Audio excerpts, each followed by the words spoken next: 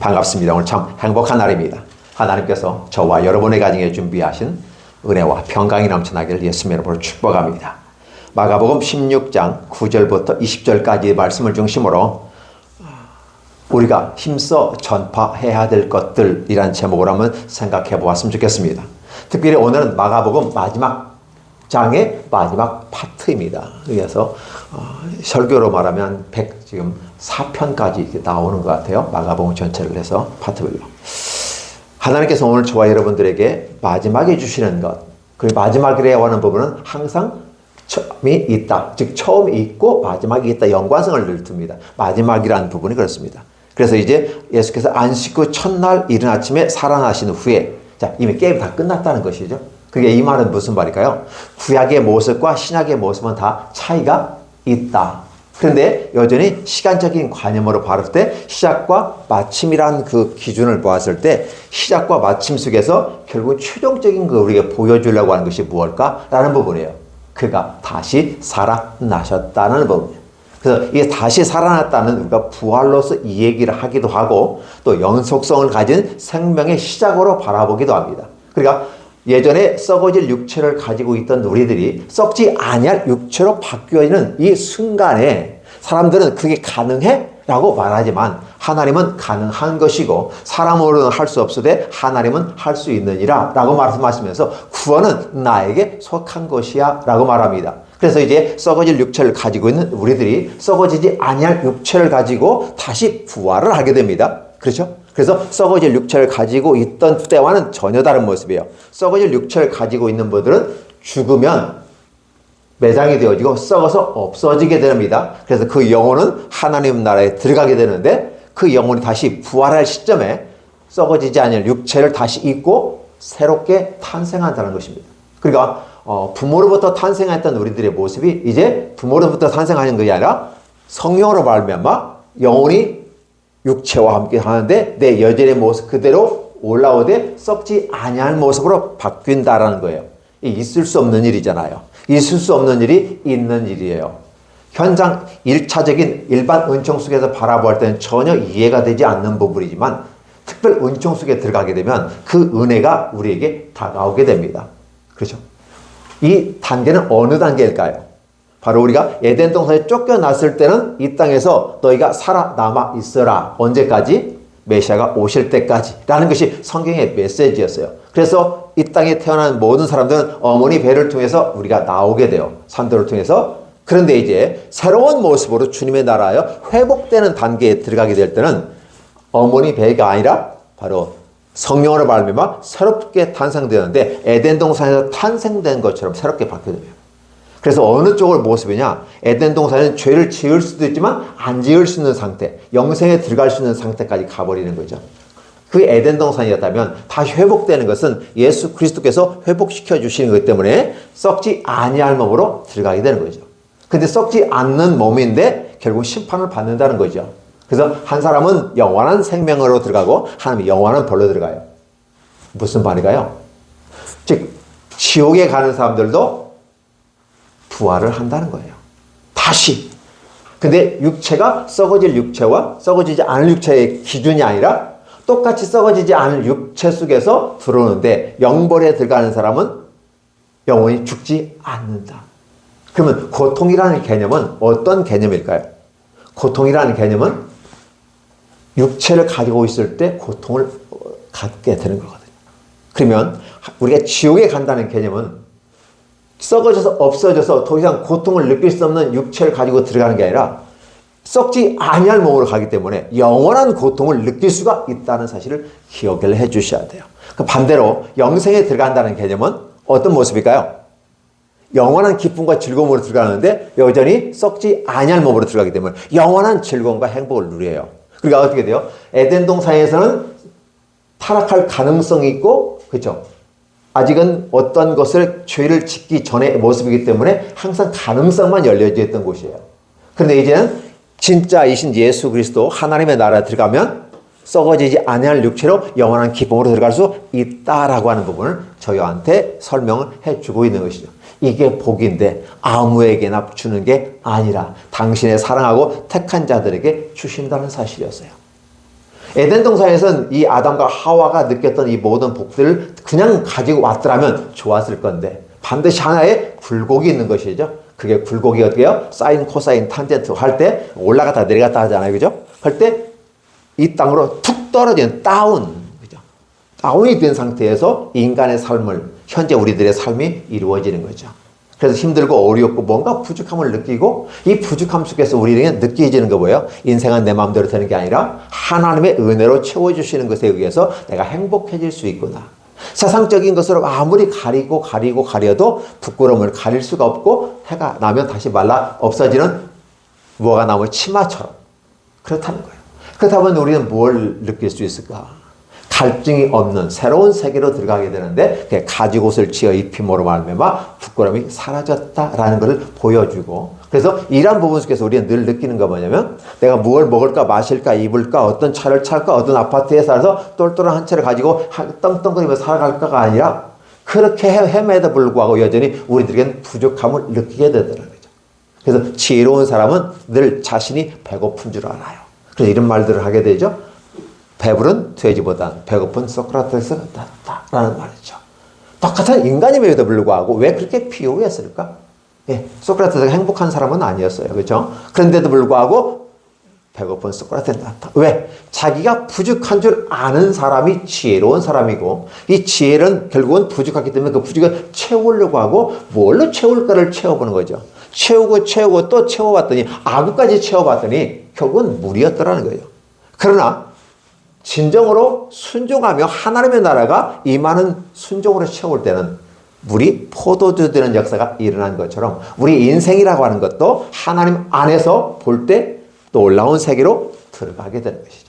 단지 우리는 기독교라고 하는 종교 생활, 불교라는 어떤 종교 생활, 이슬람교라는 종교 생활로서의 우리가 지금 앉아 있는 것이 아니라 이러한 기본적인 단계를 뛰어넘어서 새로운 세계, 즉 일반 은총을 넘어서 특별 은총 속에 들어가면서 신앙으로 하나님을 바라보는 모습이 그림이 그려져야 되고 내 삶의 현장 속에서 나타나야 되는 것이죠.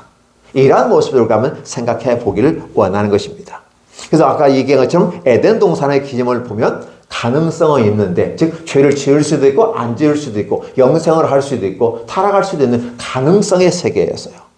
그럼에도 불구하고 여전히 그 세계는 어떻게 돼요? 그걸 뭘로 표현해봐요? 무화과나무, 생명을 얻게 하는 그 과일들이 있어 얼마든지 먹을 수 있는 거죠. 그리고 그 동산 중앙에 선악을 알게 하는 이것은 우리가 타락할 수 있는 또 기회도 되는 것입니다. 그래서 인간이라고 하는 부분은 여전히 하나님께서 가능성을 갖고 있을 때 성공하는 가능성의 길로 갈 것인가, 99%의 무한한 생명 실과를 먹고 영생할 수 있는 길을 선택할 것인가, 꼭 하나를 선택해서 죽음의 길을 선택할 것인가. 늘 그렇지만 여전히 인간은 어떻게 돼요?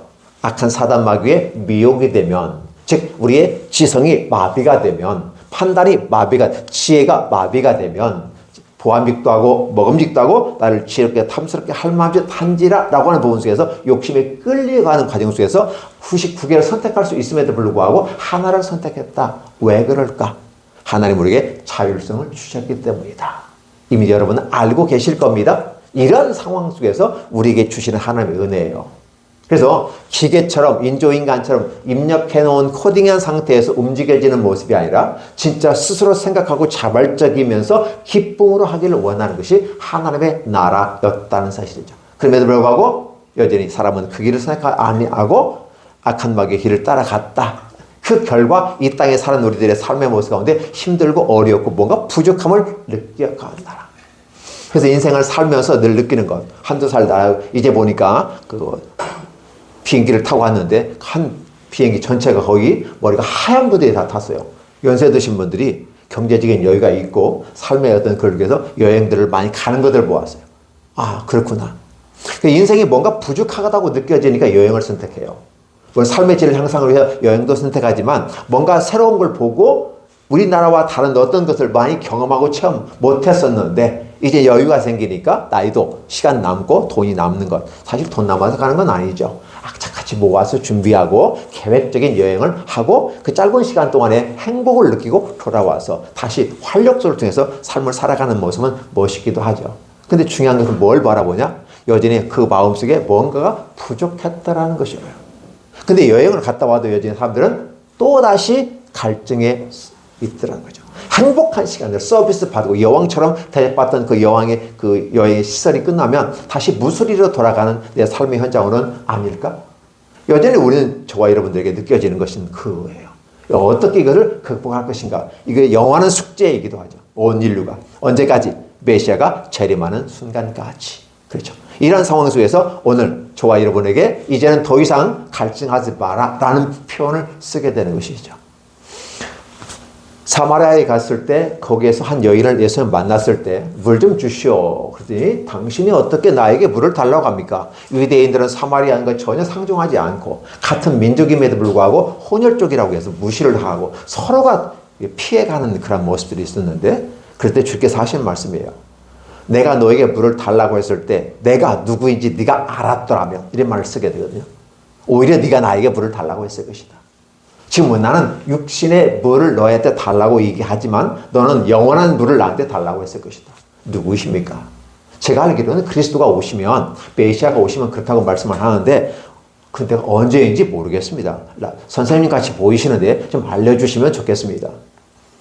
내가 말하는 그가 나다 라고 I am he 내가 그 사람이다 라고 표현하는 것이죠. 그러면 여전히 우리들의 모습에는 이곳엔 물도 깊고 그 시몬에서 물을 끌어와야 되는데 두루박도 깊은 곳에 달 수 없는데 당신도 그것도 없는데 어떻게 내게 줄 수 있습니까? 라고 묻는 거죠. 그러니까 이 여인의 마음에 생각하는 것은 여전히 육신의 필요를 공급하기 위한 물을 얻기를 원하지만 여전히 우리에게는 어떤 물을 얻는다? 주님께서 주시는 물을 얻기를 원하는 것입니다. 그죠? 생수의 강이 넘치기를 원하는 겁니다. 생수의 강이 넘치면 이 사람이 가난하게 살아도 기쁨과 즐거움이 있어요. 왜냐? 그 즐거움과 이 모든 것이 해결되다 보니까 땅이 좀 부족하더라도 연약하더라도 고기를 못 먹으면 콩을 먹잖아요. 그렇죠? 육체적인 동물성의 단백질을 못 얻었다면 식물성 단백질을 얻을 수 있도록 하나의 모든 시스템을 다 만들어 놓으셨어요. 그리고 잘 먹고 잘 사는 이 시대 속에서 여전히 야채를 즐기는 분들이 굉장히 많이 있어요. 다니엘 같은 경우도 산의 진미를 먹지 않고 야채만과 물만 먹어도 우리가 더 좋을 것이라고 했을 때 그들은 어떤 야채를 먹었을까 한번 연구해 보는 것도 좋을 것 같아요. 일상적인 야채지만 오히려 고기를 먹은 사람은 더 윤택해진다는 것을 봐요. 세상적인 가치는 산의 진미를 먹어야 내가 행복하다고 말하고 있어요. 근데 야채만 먹고도 행복하다고 말할 수 있을까를 생각해 보는 것이죠. 이게 바로 가치관이 달라진 사람, 세계관이 달라진 사람, 예수 안에서 바뀌고 변화된 사람, 종교 생활이 아니라 신앙 생활로 향상되어지고 업그레이드된 사람에게는 이런 것들이 나타나더라는 것입니다. 그렇다 보면 우리가 그렇게 나타날 때 우리의 근거가 무엇일까를 생각해 봐요. 하나님은 도대체 어떤 걸 통해서 우리에게 그렇게 주시느냐는 거예요. 우리의 기쁨과 즐거움은 어디에서 오느냐는 거였어요. 바로 여기 본문에서 안식 후 첫날 이른 아침에 살아나신 후에 전에 7 귀신을 쫓아내신 막달라 마리아 먼저 보이시니 라는 표현을 쓰게 돼요. 여기에서 왜 특별히 첫 번째 만나는 여인이 이 맥달린 마리아 이렇게 하거든요. 우리 막달라라고 우리 표현 속에서 하는데 그냥 이 마리아에게 전에 7 귀신이 들려가지고 정신없는 삶을 살았던 이 여인이 예수님 만나서 새로운 모습으로 바뀌고 정신이 온전해지고 올 간지런히 있고 여자다운 모습으로 삶을 살아가는 이 여인이에요. 수많은 여인들이 예수님을 따라다녔고 함께 봤고 그 장례 매장하는 곳까지 다 보고 봤다는 거예요. 근데 왜 주님께서 막달라 마리아에게 처음 오셨을까? 하나님의 나라는 어떤 외향적인 모습을 보여드리는 것이 아니라 내향적인 모습이에요. 마음의 천국을 얘기하고 생각의 모습이에요. 그 생각에서 생수의 강이 넘쳐버리는 거죠. 근데 이 막달라 마리아는 이미라도 7 귀신을 쫓아내 육신적인 부분 속에서 내가 변화된 것을 느꼈고 그리고 아울러서 내가 온전해지면서 하나님의 말씀을 기다리는 자라는 아리마다 요셉과 같은 모습으로 나타나지 않았습니까? 그렇기 때문에 이 여인에게 주님께서 처음 나타났을 때 이 여인의 느껴지는 기쁨은 이루 말할 수 없는 기쁨입니다. 첫 번째 만나 주셨다는 것도 탁월한 것이거니와 주님이 이 첫 번째 만남을 통해서 바로 이 여인에게 큰 기쁨을 주시는 거예요. 삶의 소망을 주시는 거고 생수의 강이 넘쳐나는 모습이에요. 그래서 오늘 막달라 마리아 왜 먼저 보이셨을까를 생각해 보면 주님께서도 효율성을 굉장히 따지는 것 같아요. 배부른 사람들에게 뭘 주면 고마워하지 않아요. 그렇죠? 근데 배고픈 사람에게 물과 마실 것을, 물과 먹을 것을 주면 굉장히 기뻐합니다. 마찬가지예요. 뭔가 내면의 세계에 채워지기를 원하는 이 세계 속에서 바로 부활한 그 모습으로 첫 번째 보여서 큰 희망을 주는 거죠. 근데 이게 너무 큰 거라서 기절초풍할 일이에요. 아니, 죽은 자가 살아난다는 것 자체가 대충은 알겠고, 나중에는 이렇게 될 줄로 알겠는데, 나중에 그래, 다 맞아. 다 성경을 알고 있으니까, 너도 알고. 근데 문제는 뭐냐면, 지금 나 왜? 지금 바로 여기에서 물을 나에게 달라고 한 그 사람이 누구인지를 알았더라면 네가 나에게 물을 달라고 했어요. 아니, 지금 그리스도가 언제 올 건지 우리가 모르고 있는데 바로 내 눈앞에 있다는 거예요. 이 여인이 복 있는 것이고 사마리아 여인에게도 천국이 임한 거였어요. 그리고 기쁨과 즐거움으로 고향에 가서, 마을에 가서 메시지를 전하고 그를 예수께로 이끌고 와서 말씀을 들었다는 내용들을 여러분 아실 것입니다. 그 여인에게 기쁨으로. 사마리아 사람들 그 말씀을 듣고도 뭐래요? 네가 전해줘서 듣는 것으로 아닌 우리가 직접 듣고 보니까 과연 그가 그리스도였다는 사실을 그들이 알게 되죠. 대박이 터지는 겁니다. 왜 유대 땅이 아닌 사마리아 땅에서 그렇게 얘기했을까? 라고 얘기하는 거예요. 지금 심령에 가난한 사람들이 있다라는 거예요. 그래서 그들은 복이 있다고 말씀을 하고 있는 것이죠. 오늘도 하나님의 말씀이 들려졌을 때 주의 말씀 받은 그날 참 기쁘고 즐겁구나. 오늘 찬송을 같이 불렀어요. 하나님 말씀에 대한 기대감과 즐거움이 있는 거죠. 어떻게 보면 뻔히 아는 얘기예요. 지식적인 차원에서는 다 알고 있는 얘기일 수 있어요. 근데 이 지식이 짜지면서 향기가 나오고 내 삶을 향기롭게 만드는 것이죠. 우리가 커피를 잘 마실 때 커피 향이 좋아요. 어떤 사람들은 내가 좋아하는, 아내가 좋아하는 커피를 직접 갈아가지고 잠을 깨우라고 콧자에다가 이렇게 커피 향을 탁 들여준다는 어떤 목사님의 설교도 제가 들었어요. 너무 멋있는 거잖아요. 좋은 향기를 맡으면서 행복한 하루를 시작하고 기상하라는 거였어요. 하나님의 나라가 저와 여러분에게 그렇게 임하더라는 것이었어요. 그러니까 하나님의 나라는 아파트에 크게 있지 않고 자동차에 크게 있잖아요. 돈이 많고 적으면 주식이 잘 되고 안 되고의 마음에 있지 않아요. 있으면 주식이 잘 됐다면 대박 터지고 입이 쫙 찢어지죠. 그렇죠? 하늘 높은지 모르고 올라가요. 그러면 주식이 떨어지면 그냥 입이 쫙 내려갈 거야. 근데 진정한 우리들의 기쁨과 즐거움은 어디 있냐는 거 보는 거죠. 물론 주식이 올라가면 좋죠. 잘 되는 거 좋으니까. 그런데 더 중요한 가치 있는 부분은 바로 주께서 우리에게 나타나신 천국이 임하는 거였어요. 늘 우리는 천국을 확인해 보시는 겁니다. 왜? 그 나라가 보이지 않아요. 어떤 모습으로 이게 옵니까? joyful life요. 근데 joyful life인데 즐거움의 시간들인데 과연 내 삶 속에 항상 즐거우냐는 거예요. 아니거든요. 아님에도 불구하고 우리 삶의 joyful life, 즐거움의 시간들이 필요로 하는 것이죠. 이것이 대단히 중요해요. 그럼에도 불구하고 여전히 마리아가 슬퍼하고 울고 있는 이를 알리고 그럼에도 놀랐다는 사실이죠.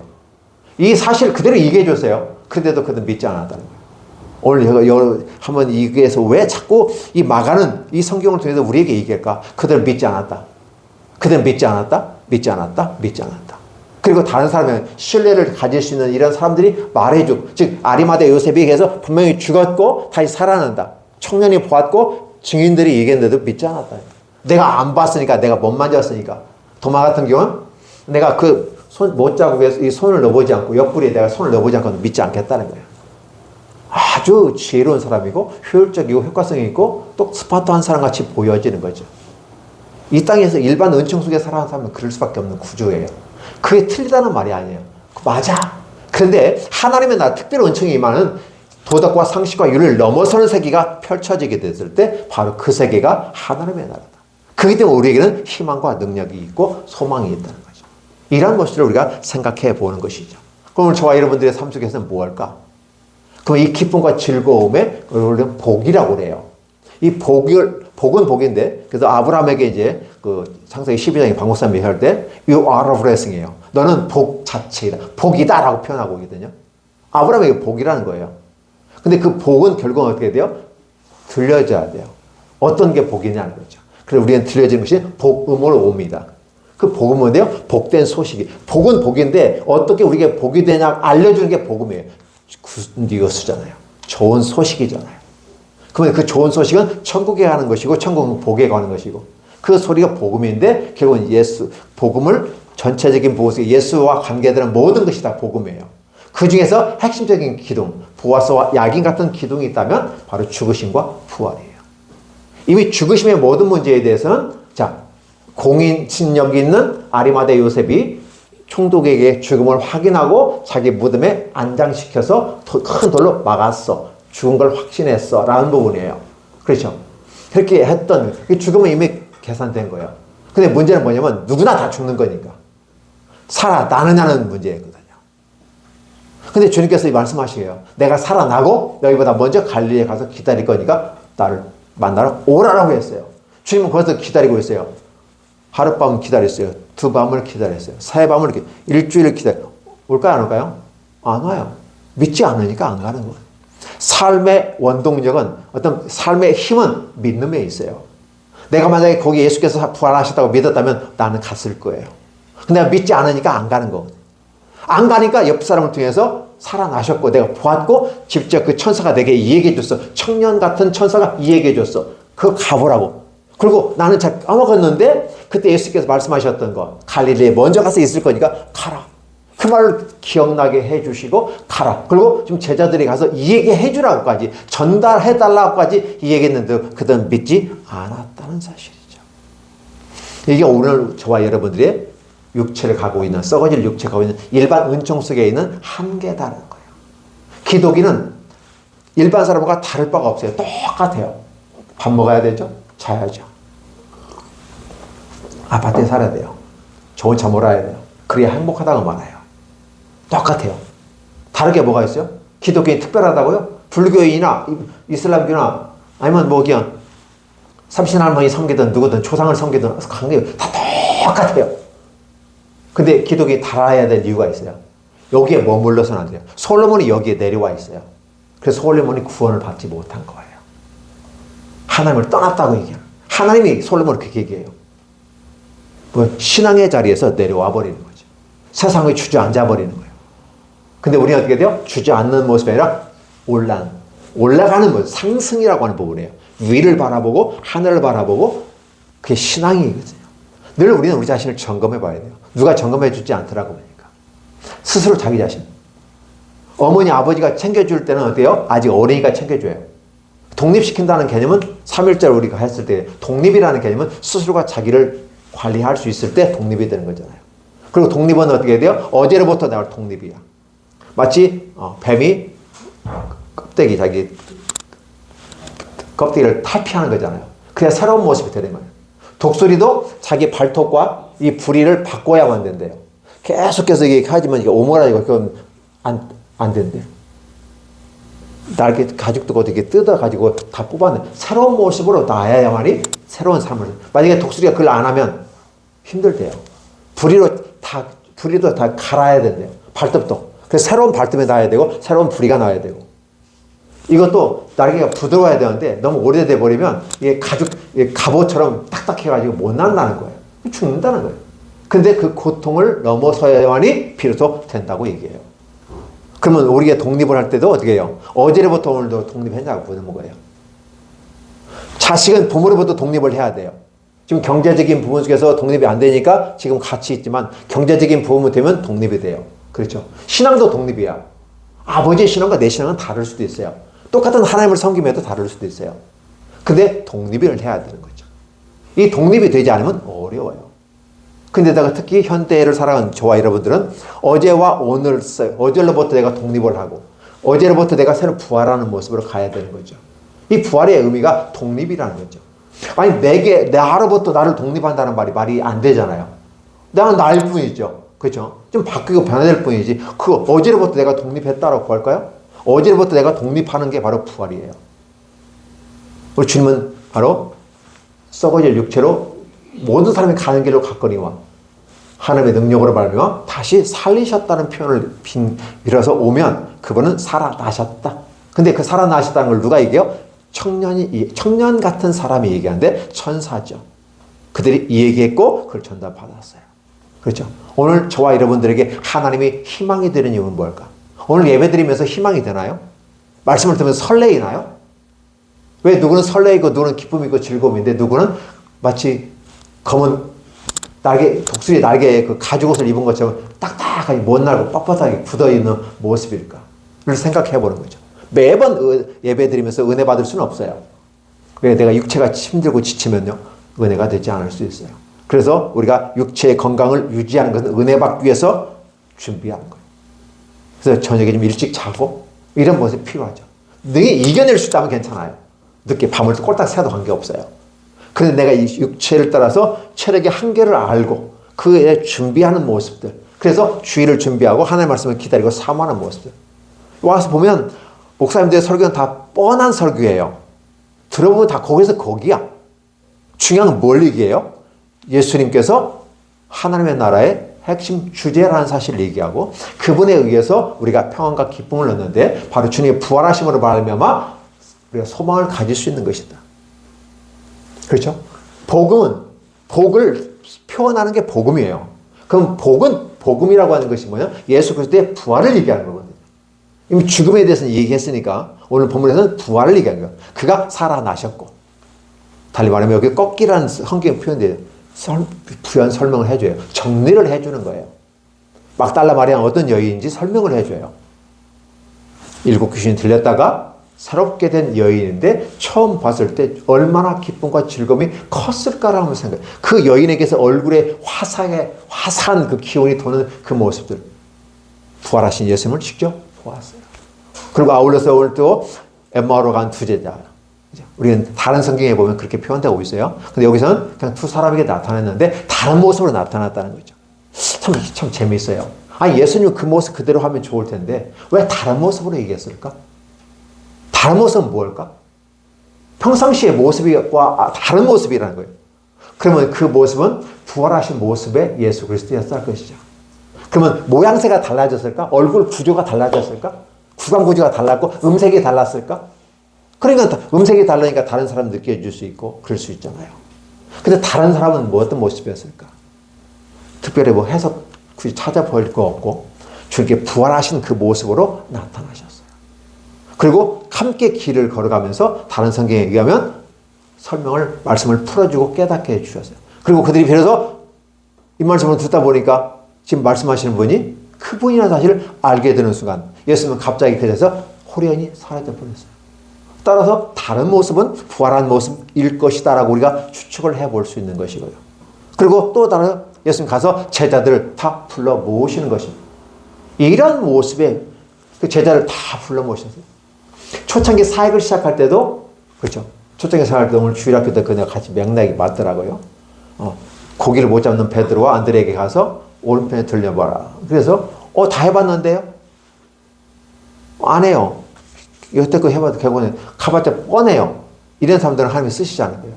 그런데 바로 주께서 말씀하셨으니까 한번 내려보겠습니다. 했더니 153마리가 물결 건져졌다. 순종하는 새로운 세계가 펼쳐지잖아요. 이런 것처럼 제자들을 모아왔던 이 과거의 모습처럼 오늘 부활하신 예수님은 다시 제자를 모아서 사람 낳는 어부로 쓰시는 거죠. 진정 사람 낳는 어부가 무엇인지는 그때부터 느껴지는 거예요. 왜? 그 전까지는 배우고 익히고 따라다니고 의문하고 싸우고 자리 다툼하고 이것이 제자들의 모습이었다면 부활하신 예수 그리스도께서 다시 불러 모았을 때 그들은 새로워지기 시작했다는 거죠. 그리고 아울러서 성령이 충만히 임하게 될 때, 즉 예수님의 영이 충만하게 임하니까 예수님의 생각들이 나타나고 과거에 하셨던 모든 말씀들이 다 이해가 되어지고 저절로 해석이 되는 거예요. 그때 당시까지 몰랐는데 변화산상에 갔을 때도 새 제자만 알았잖아요. 부활한 후에 얘기하라고 했거든요. 나중에 성령이 임하니까 그런 것이 다 꿰어지는, 기가 막히게 구슬이 서말이라도 꿰어 보배는 것처럼 쫙 꿰어지는데 기가 막히게 꿰어지는 거죠. 그랬을 때 비로소 제자는 제자다운 모습으로 나아가더라는 거죠. 그렇죠?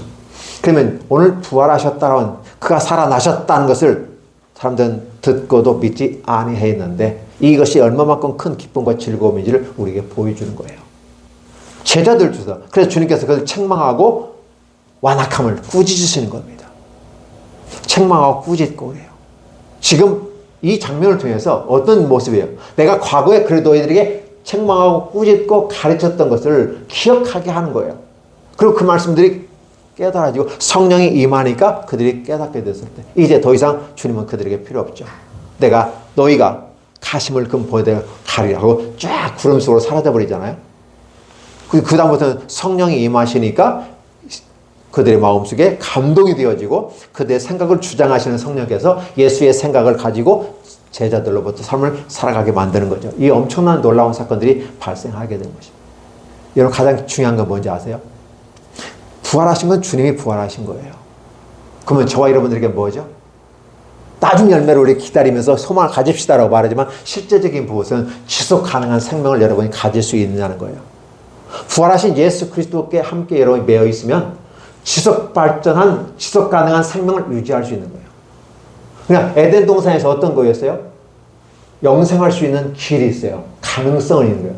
그러니까 에덴 동산에서 가능성이 예수 그리스도 부활로 말미암아 저와 여러분에게 가능성이 생기게 돼요. 지속적인 생명의 연장성을 보장받을 수 있는 거죠.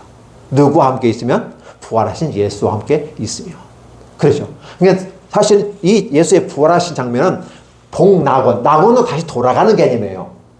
그렇다면 오늘 이 시대를 살아가는 저와 여러분들도 여전히 예수께서 부활하셔서 새로운 가능성을 잃어버렸던 것을 부활로 말미암아 주셨다면 지금 부활할 현 장면에 바라보는 저와 여러분들에게도 동일하게 영생할 수 있는 가능성이 열렸죠.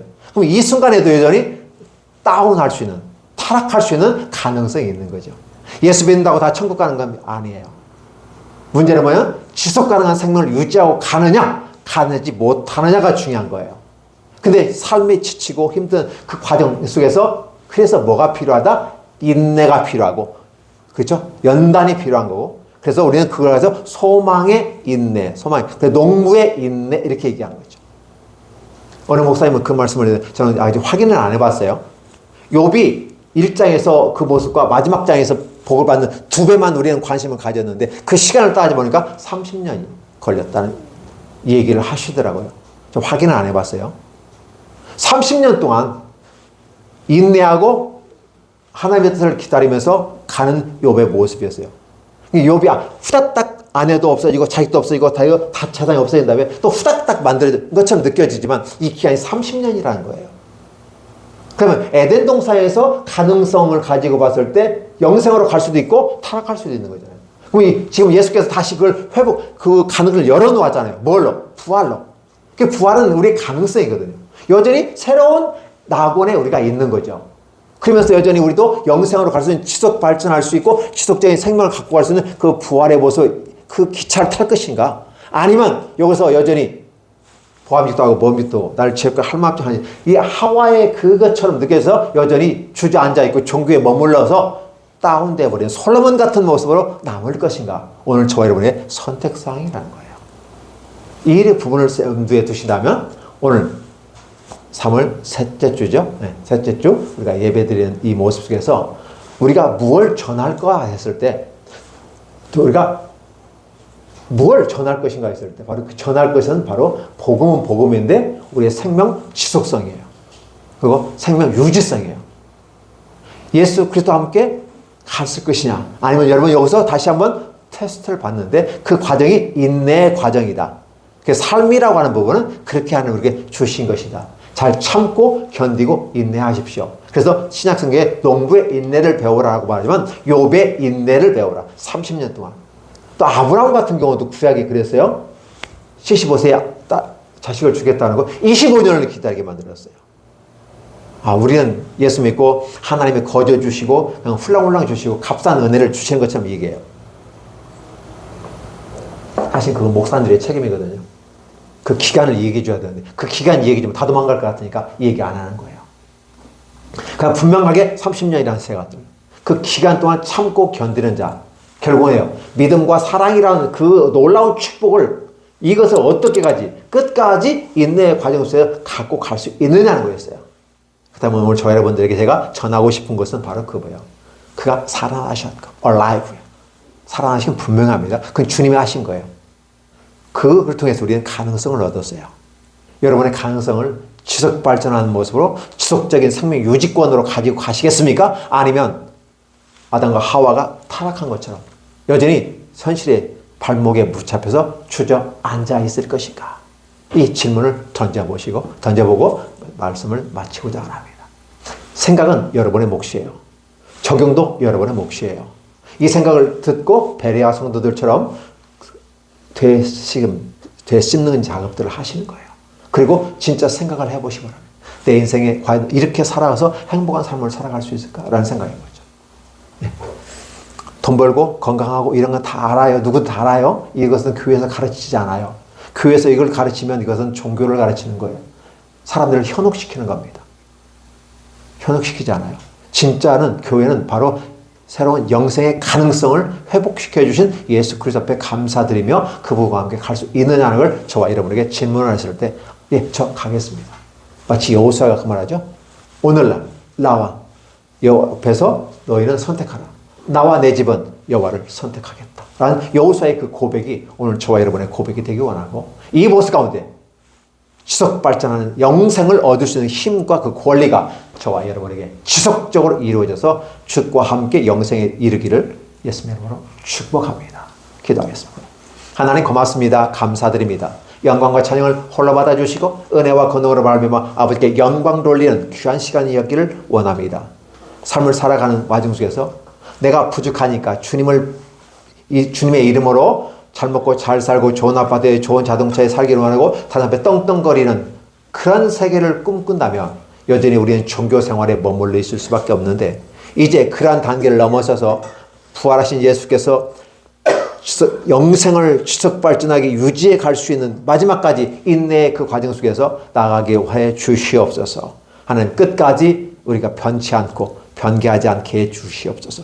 또 발목을 잡는 하와가 아담의 발목을 잡은 것처럼 우리 파트너들이 우리 인생의 같은 이 땅에 우리들의 붙잡지 않도록 깨어있고 근신하고 인도를 잘할 수 있도록 축복해 주세요. 그 인도하는 부분들이 복음 전파라고 한다면 하나님 얼마든지 편하고 자유롭게 좋은 길을 안내해 줄 수 있도록 축복해 주세요. 오늘 이 말씀을 듣는 우리 성도들과 유튜브를 통해서 듣는 모든 분들이 이 말씀을 듣고 아멘 할 수 있다면 좋겠습니다. 하나님 그렇게 아멘하게 해 주시고 그들의 마음속에도 기쁨이 가득하게 해 주시옵소서.